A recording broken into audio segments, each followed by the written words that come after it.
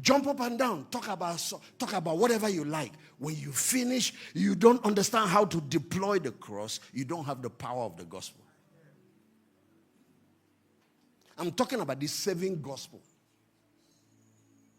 I'm talking about salvation, so that when people receive it, they are transformed, they are changed, and they are... The dominion mandate is inside. That's why the Bible says, greater is he that is in you than he that is in the world. Welcome to our channel, where we bring you the best of Pastor David Ogbueli's messages. You carry God's image, discover who you are, and shake off that ignorance. These messages will transform your world, change everything from inside out. The aspect of the message that you preach with your mouth. Okay.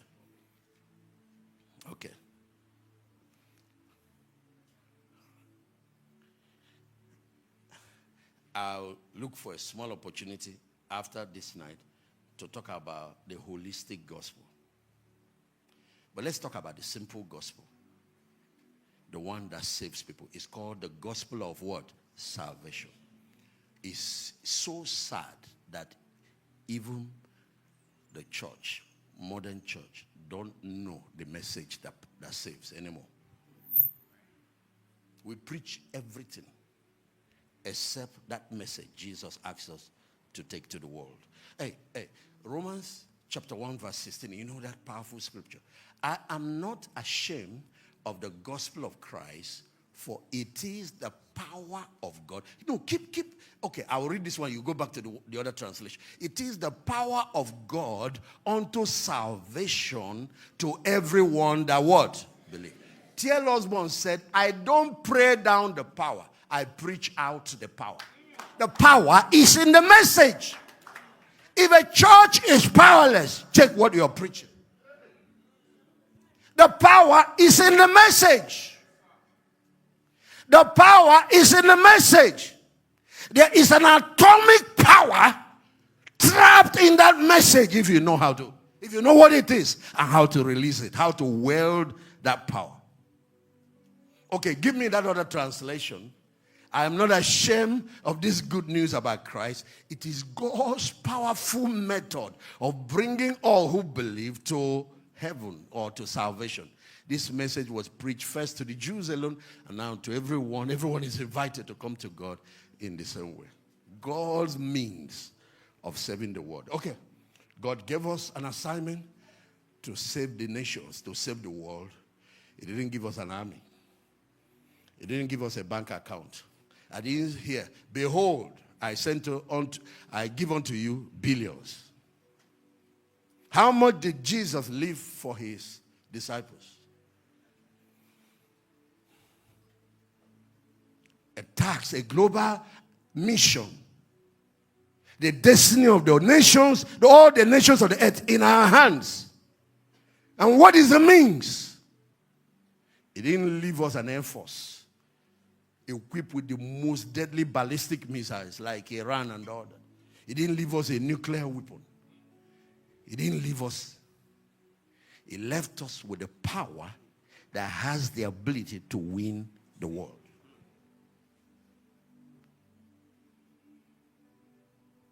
If we are losing Anambra, we have to check what we are preaching.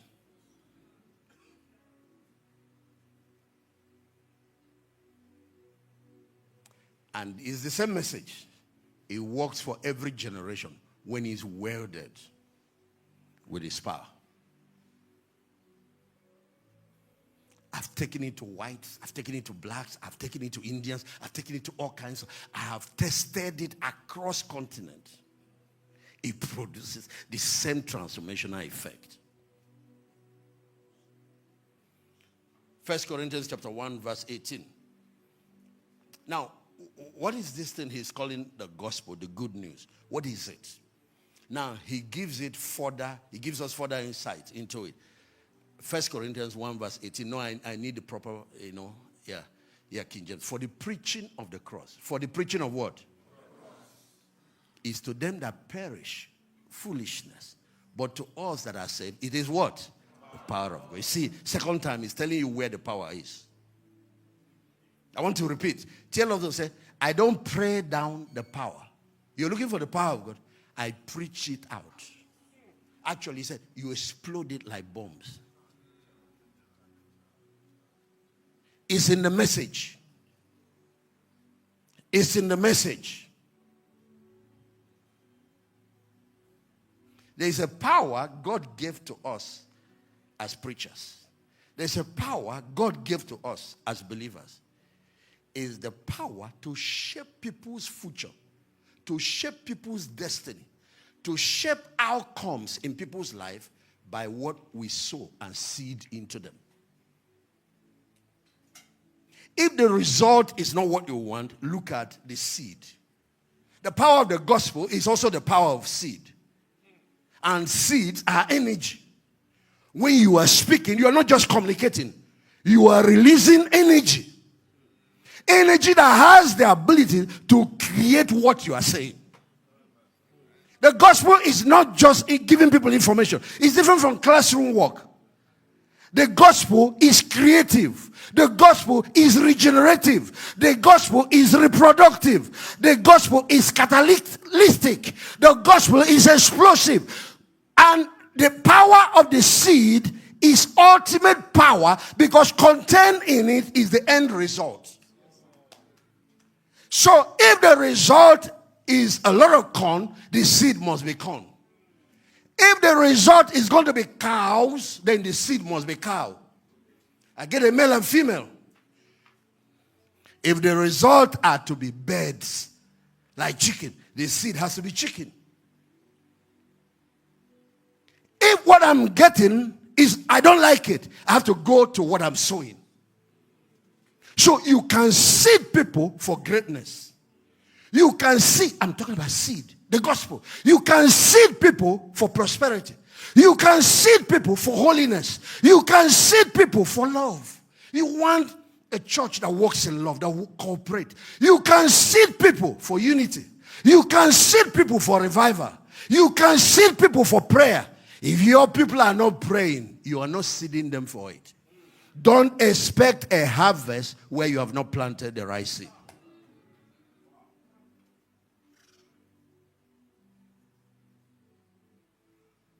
It's like those days when men used to blame women. When you have girls again, and then you want a boy, you blame your wife.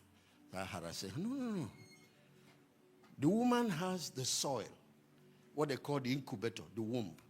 The man has the seed. It's what you put in there that she gave you. What the soil does is to incubate what is planted, mature it, and deliver the harvest to you. That's what the incubator does. The incubator does not change the sex of the egg. When you put an egg into the incubator, if it is a male, if it's a hen, if it's a cock, the incubator will just incubate what is inside and give it to you in a harvest form. So the hearts of people are incubators. The hearts of people are soil. Jesus taught the parable of the sower and talked about 4 types of soil. The hearts are soil. But the man that sows the seed is the preacher. The farmer is the preacher. Don't come to the same land where you planted corn and you are trying to harvest yam. If you see your neighbor harvesting yam, he sold his church for it. If you see your neighbor harvesting excellence, he sold that church for excellence. If you see your neighbor harvesting prosperity, financial, he seeded his people for it. Don't go to the pulpit and start harassing people. Teach them. Use teaching and training to solve all ministry problems.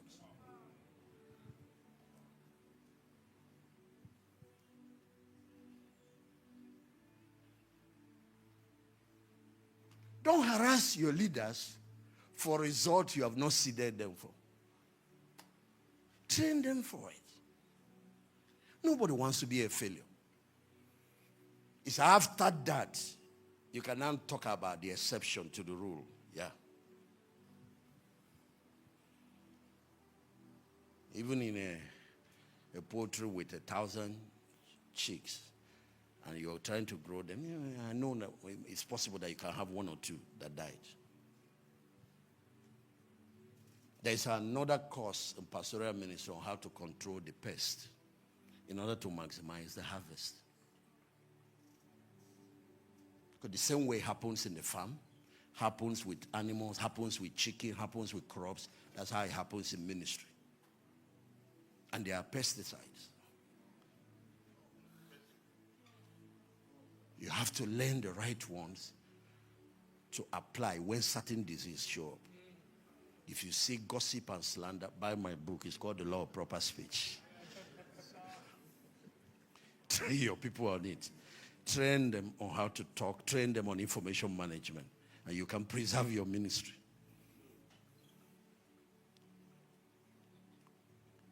There are pesticides that cure divisions and politics in the church. Don't say, my church, it will never happen. You don't know anything about human beings. Okay. So, now, here is the point here that Paul is trying to make. In medicine, in pharmacology, when in designing of drugs to treat people, you have what is called the active ingredient. And then sometimes there are other things you add to the drug, it doesn't cure. It's just to help the patient swallow the drug. So it might be sweeteners, like you can use honey. You have made the drug itself, but it might be bitter. So you use honey to coat it. Where's this cough syrup that we used to drink when we were small? Oh, Babylin. So even when some of my, like my parents, they will go out, we'll go and collect it and be drinking because it's very sweet. We'll drink overdose. You see that thing that is sweet? It's not part of the treatment. It doesn't treat cough. It's just part of the packaging to help children drink it. Now, there is also another element you can add to drug. You can add preservatives. Because you may have made it of certain properties or, I don't want to use chemical. Chemical could be part of it, but compounds that could, decay or putrefy or spoil. So you want the drug to last for 5 years. So you put certain things to preserve it. So when a person takes the drug, he takes all of this. But these other ones have nothing to do with the sickness. There is a particular compound inside the drug that is the one that goes after the disease and cures it. When it comes to the gospel, the cross is the active ingredient. Jump up and down. Talk about whatever you like. When you finish, you don't understand how to deploy the cross. You don't have the power of the gospel. I'm talking about the saving gospel. I'm talking about salvation. So that when people receive it, they are transformed, they are changed, and they are truly saved. So now, there's such purification, there is such, abundance of ignorance in the administration of this medicine that actually saves and cures people. The fake drugs are everywhere, and Anambra seems to be the headquarters. Am I correct or am I missing? There's one state I went to. They said, these false prophets, these boys, I don't know what you call them. They said they know when government pays salary. And they had a governor at that time, I think either 28th of the month he pays. So around 26, 27, they all land. Many of them, a number of them. They put up all these useless programs. You see titles that have nothing to do with. I can't remember some of those titles. There are some. Who stole my wedding? Yes, give me another one. Then they will land. Then they will collect all the salaries paid to civil servants paid for. When they finish, by first, second week of the new, they are vanished. They wait till Saturday time again. You know, the multitudes are being preyed upon because the ones sent don't even know how to wield the message anymore.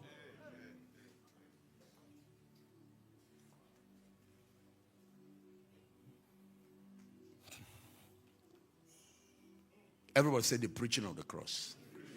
Or let's say it in a different. Say the message of the cross. Might be foolishness to those that perish, but to every man that is saved, it is the power. So the power is in the cross.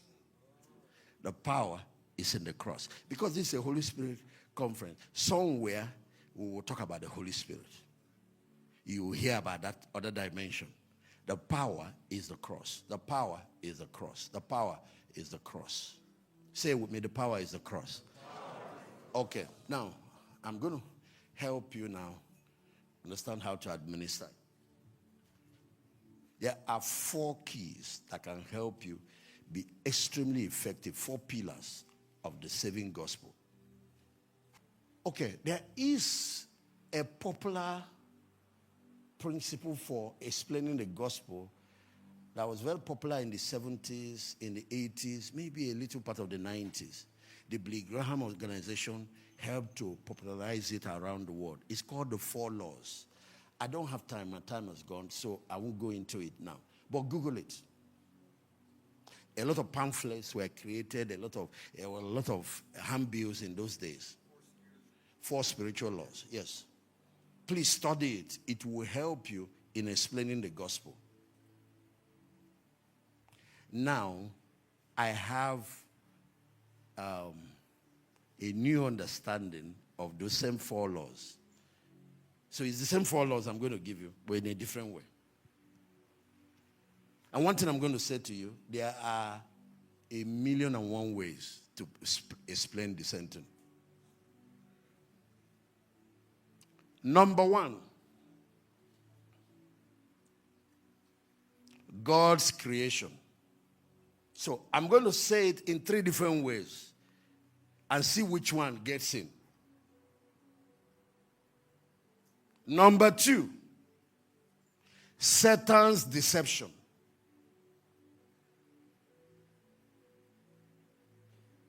Number 3, Christ's substitution. And number 4, our redemption. Everything was done for us. So you notice what I said. The first is how God created everything, and he made everything beautiful and wonderful. Nothing broken, nothing missing. Number 2, we showed how Satan came in and spoiled what God created. Number 3, you show how Jesus solved the problem on the cross. And number 4, you show how any man that received what Christ has done, his life is transformed. Very simple. Very simple. So there are 4 things here. Number 1, where we came from.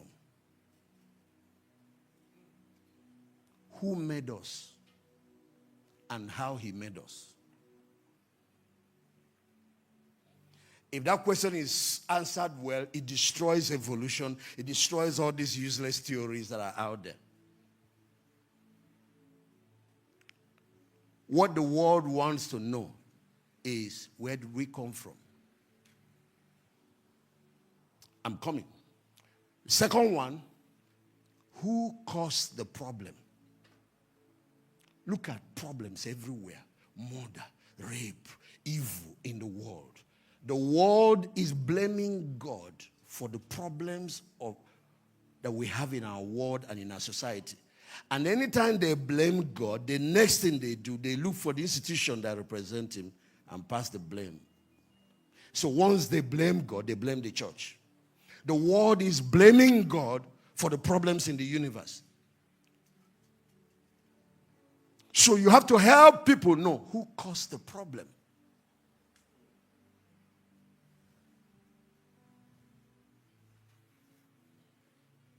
Number 3, then help them know who solved the problem. He did not cause all, but he solved it by paying and how he did it.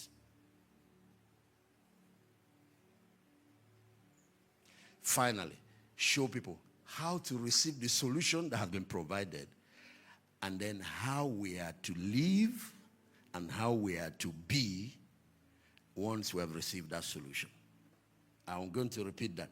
How we are to be and how we are to live after we have received that solution. That's the gospel. If you can give this to anybody and help them understand it, they will be saved and saved to their bone marrow.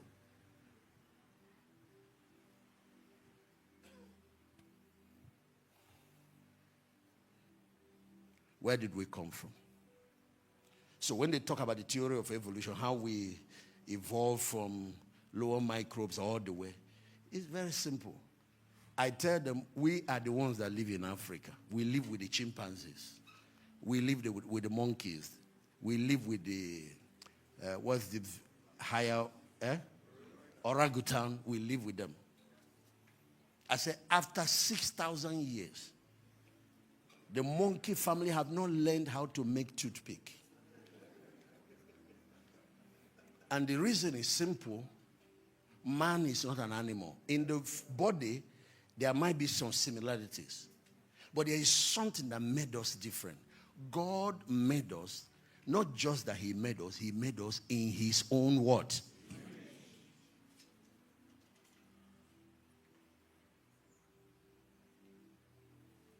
He made us in his own image and likeness.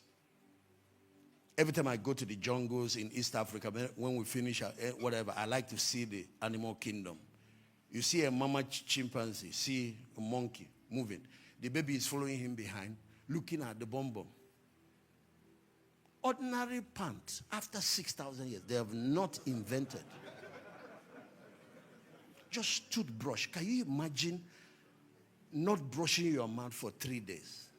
The kind of things that will be coming out from it. I brush my mouth twice a day, minimum.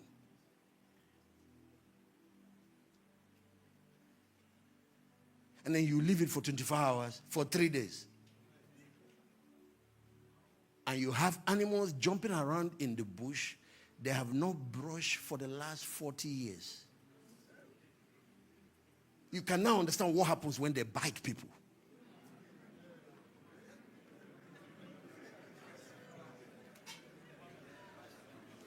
Just toothpick, they have not invented.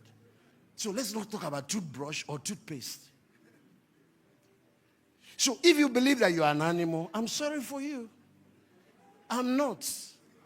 I'm created in God's class. And Pastor Nee just said it, that the first quality of God revealed in the Bible is creativity. God is a creator. That's why I'm highly creative. Because I'm made in his image. Is somebody hearing what I'm saying? Okay, so here is the point. Any society that receives the divine nature, the message of the divine nature, and is helped to accept it, changes. It becomes a creative society. It becomes an empowered society. Just that distortion of the first pillar of the gospel, it can enable you to keep a whole generation in slavery. A man that had discovered himself in God, discovered the image of God in him, you cannot hold him down.